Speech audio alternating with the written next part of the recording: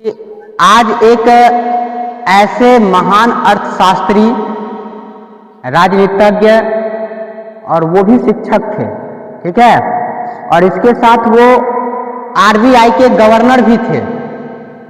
नेहरू जी के बाद अगर कोई ऐसा प्रधानमंत्री आए जो 2 कार्यकाल पूरा किए तो उनमें एक महान अर्थशास्त्री का नाम आता है और वह नाम है मनमोहन सिंह। मनमोहन सिंह न तो हिंदू संप्रदाय से आते और ना ही मुस्लिम संप्रदाय से आते हैं, बल्कि यह जो आते हैं वो हो गए सिख संप्रदाय से। किससे हुआ? सिख से, ठीक है। मतलब सिख धर्म की संख्या अपने भारत में बहुत कम है और उतने कम जनसंख्या में इन्हीं को प्रधानमंत्री बनना बड़ा मुश्किल का काम है।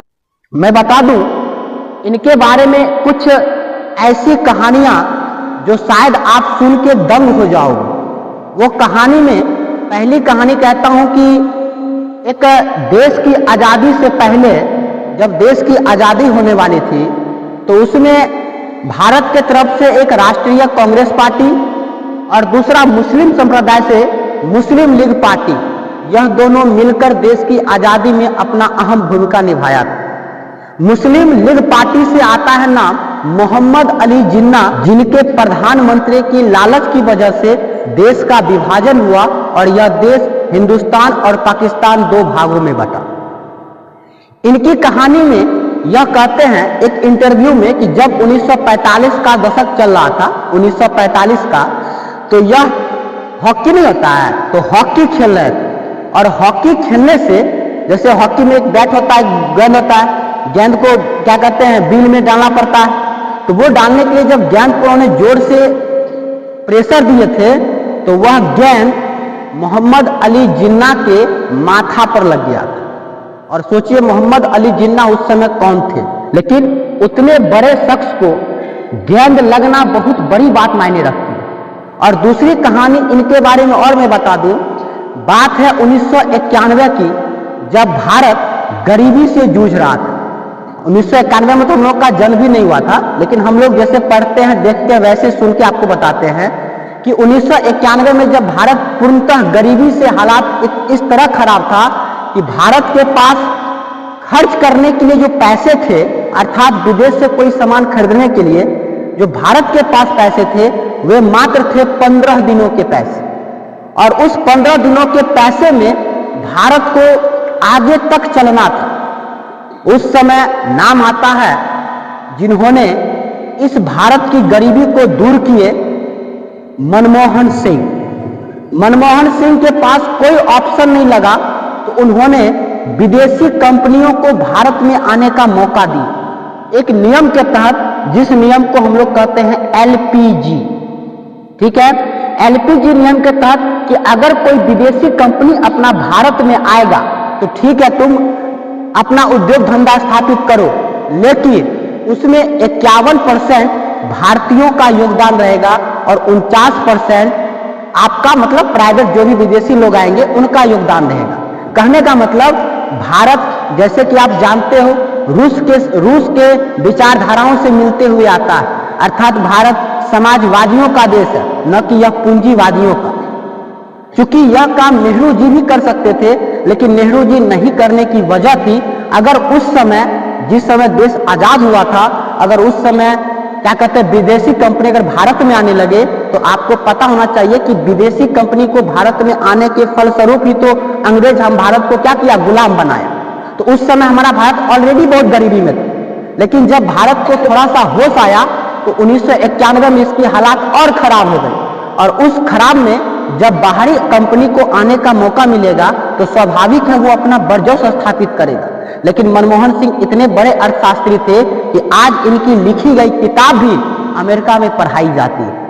आपको जानकारी के लिए मैं बता दूं कि जो इंसान जितना शांत होता है, अर्थात आप देखोगे तो शांत जल की गहराई आपको प्रतीत नहीं होगा। समुद्र का जल हमेशा अस्थिर रहता है, लेकिन उसकी गहराई कभी आप देखो, और नदियों तालाबों को देखो, वो हमेशा उफान मारते रहता है, ठीक है। तो अगर कोई मनुष्य शांत है तो इसका मतलब है कि उसके पास काफी ज्यादा टैलेंट है, और यही बात था मनमोहन सिंह में, क्योंकि मनमोहन सिंह बोलते कम थे और दिखाते ज्यादा थे। मनमोहन सिंह का पक्ष और विपक्ष अर्थात इसके विरोधी पार्टी भी इनके अर्थशास्त्रीय कारनामों पर तालियां ही बजाते हैं। तो उस समय की जब बातें थी तो उस समय देश में बाहरी कंपनी आया, जिसमें कहा यह गया था कि अगर बाहरी कंपनी आएगा तो वह भारत के कंपनी के साथ मिलकर अपना कंपनी खोलेगा, ताकि इससे दो फायदा होगा कि अगर भारत के कंपनी के साथ मिलेगा तो भारत का भी व्यवसाय आगे बढ़ेगा और विदेशी कंपनी भी अपना आगे बढ़ाएगा। यही कारण था कि आपको पता होगी मारुति सुजुकी, जो आज अलग अलग नाम से दिखाई दे रही है, लेकिन उस समय मारुति और सुजुकी, क्योंकि मारुति भारत का था, सुजुकी बाहर का था, तो दोनों कंपनी आपस में मिलकर गाड़ी बनाने लगे। आपको जानकारी के लिए बता दूं, हीरो होंडा, जो हीरो कंपनी भारत का था और होंडा विदेश का था, ये दोनों कंपनी मिलकर क्या कहते हैं भारत में अपना उद्योग स्थापित किया। हालांकि मोदी जी के आने के बाद मोदी जी ने ये लगा दिए कि 100%, जैसे मनमोहन सिंह जी लगाए थे 49 और 51 का, तो मोदी जी लगा दिए कि 100% विदेशी कंपनी भारत में आ कर सकता है। मैं बता दूं, कोई भी देश गुलाम होता है उद्योग धंधे और पैसों की ही वजह से। आज सऊदी अरब हर चीज में बहुत आगे है, लेकिन आपको जानकारी के लिए बता दूं, सऊदी अरब में जो भी सामान बिकता है वो सऊदी अरब का बना हुआ होता ही नहीं, वो सारा का सारा विदेशी चीज होता है। और सऊदी अरब तो रेगिस्तान में बना हुआ, लेकिन आज देखिए वह पूरे दुनिया में सबसे आगे है। तो इस मनमोहन सिंह के बारे में मैंने इसलिए बताया क्योंकि मनमोहन सिंह देश के प्रधानमंत्री मोदी जी को जब सत्ता दे रहे थे तो उन्होंने ये चीज कहे थे कि हम उस समय से प्रधानमंत्री हैं जिस समय देश में खाने के लिए पैसा मात्र 15 दिनों का था। क्या?